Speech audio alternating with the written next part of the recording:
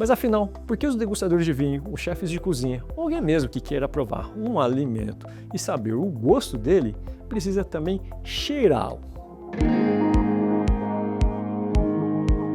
Olá, eu sou o Jefferson Takehara, sou médico otorrinolaringologista e hoje eu vou explicar por que nós cheiramos alimentos, vinhos, para conseguir também obter novas informações em relação ao sabor de algumas coisas. Mas antes de continuar o nosso vídeo, se inscreva no nosso canal, ative o sininho e dê o seu like. Também temos alguns vídeos explicando como é que funciona a nossa região nasal, que é muito importante nessa questão. Mas apesar de utilizarmos a gustação, os sabores que são absorvidos pela língua e que mandam informações ao nosso cérebro para descrever como é que é o sabor do alimento ou a sensação daquele vinho quando nós ingerimos, nós também utilizamos o nosso nariz, o nosso olfato, para sentir melhor as nuances de cada alimento ou de cada bebida. E aí entra a função respiratória. Se nós temos um bom fluxo de ar que vai carregar as partículas de odor que vão ser desprendidas do vinho, ou até mesmo daquele cheiro, daquele tempero que vem no seu alimento, vão atingir a região superior do nariz, onde nós temos a famosa placa olfatória. Lá temos receptores que vão identificar essas partículas e mandar essas informações ao cérebro, que vai se somar também com as informações vindas da língua. E dessa forma vou ter um maior panorama do que eu estou ingerindo, seja líquido, seja alimento sólido. Então, os degustadores, ao sentirem o cheiro, eles vão perceber alguns aromas que vão ajudar a ter uma maior percepção desse vinho. No alimento, eu consigo perceber alguns temperos, ou até mesmo alguma coisa estranha, por exemplo, quando nós sentimos aquele cheiro de estragado e que nos alerta que aquele alimento pode não estar adequado para o consumo. E é claro que essa interpretação depende muito do dia a dia de cada pessoa, daquele alimento que ele está acostumado a comer ou até mesmo aquilo que ele tem nojo ou não.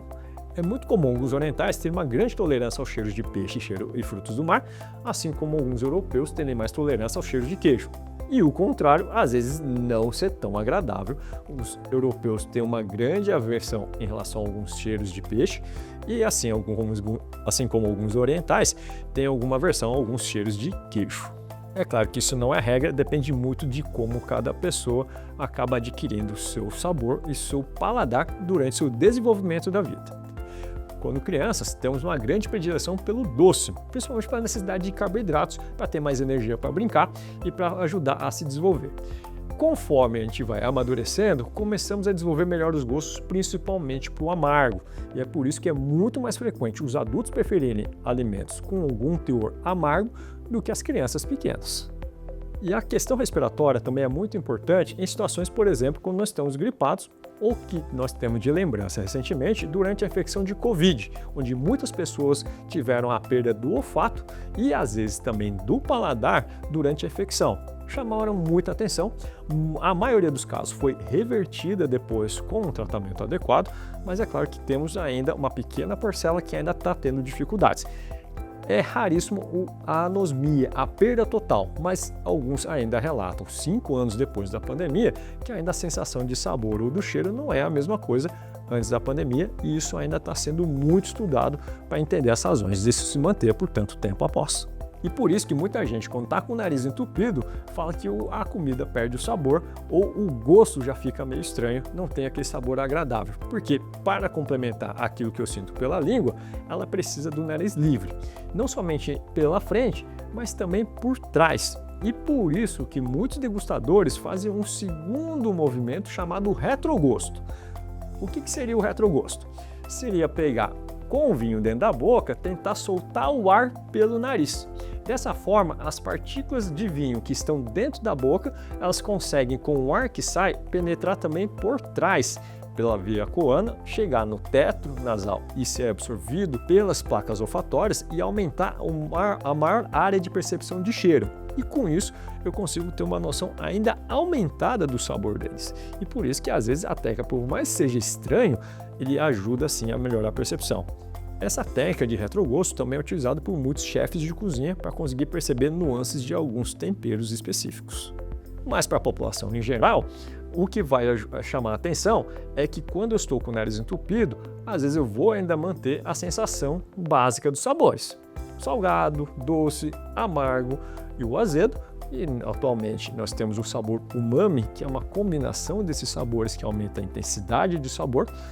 Mas também, se eu tiver duas coisas salgadas com o nariz entupido, pode ser mais difícil a percepção, pois quem ajuda a complementar essas informações sobre o que eu estou ingerindo é a nossa parte nasal. E portanto, se eu tiver uma rinite e sinusite mal resolvida, eu posso ter dificuldades a sentir bem o sabor das coisas ou até não ter aquela mesma sensação que um crítico de gastronomia tenha. E se seu nariz não está funcionando de forma adequada, se ligue nos vídeos que nós temos anteriormente explicando o funcionamento do nariz e das questões da rinite e sinusite, que são fatores que podem influenciar na sua percepção de cheiros e sabores. E vale a pena lembrar, se a pessoa tem contato com elementos químicos que podem prejudicar a respiração ou entupimento nasal, por exemplo, fumantes, não somente os ativos, mas os fumantes passivos, por causa desse estímulo da nicotina, o entupimento nasal, o acúmulo de secreções pode atrapalhar na chegada de todas as partículas do odor pelo nariz, como também os trabalhadores que acabam utilizando coisas químicas,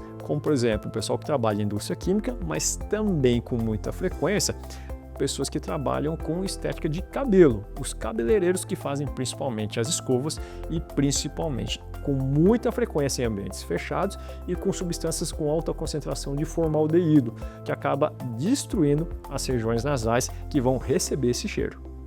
E outra coisa que também pode prejudicar são alguns tumores raros que podem acontecer nessa mesma região e que por isso, se eu tiver junto com a sensação de perda de cheiro, um entupimento para um dos lados do nariz, convém ser avaliado com uma certa urgência para ver se não há outros problemas, como por exemplo infecções mais graves ou até mesmo alguns tumores que podem acontecer na região. E também em crianças que utilizam muito mais a boca para respirar e pouco o nariz, podem ter dificuldades em conhecer o sabor dos alimentos e não querer comer tanto, ou querer só comer a mesma coisa porque ele não sente o sabor dos alimentos. Essa é uma razão de que algumas crianças, quando operam a amígdala adenoide, acabam engordando. Não que ele vai passar do ponto, mas às vezes sente o melhor sabor e começa a querer comer coisas que ele não comia antes e até adequar sua alimentação para um peso que deveria ter tido se não fosse a obstrução pelas amígdalas ou pela sequência de infecções que levou a tomar muitos antibióticos. E se por acaso você tem essas dificuldades de sentir cheiros associados com problemas respiratórios nasais, infecções de garganta, até mesmo ronco, é interessante uma avaliação com seu otorrinolaringologista para ver qual que é a razão que esteja atrapalhando tanto a questão do cheiro, mas na questão respiratória também. E se você gostou desse vídeo, não se esqueça de curtir o nosso vídeo, se inscrever no canal e ative o sininho para não perder o próximo vídeo. Até a próxima!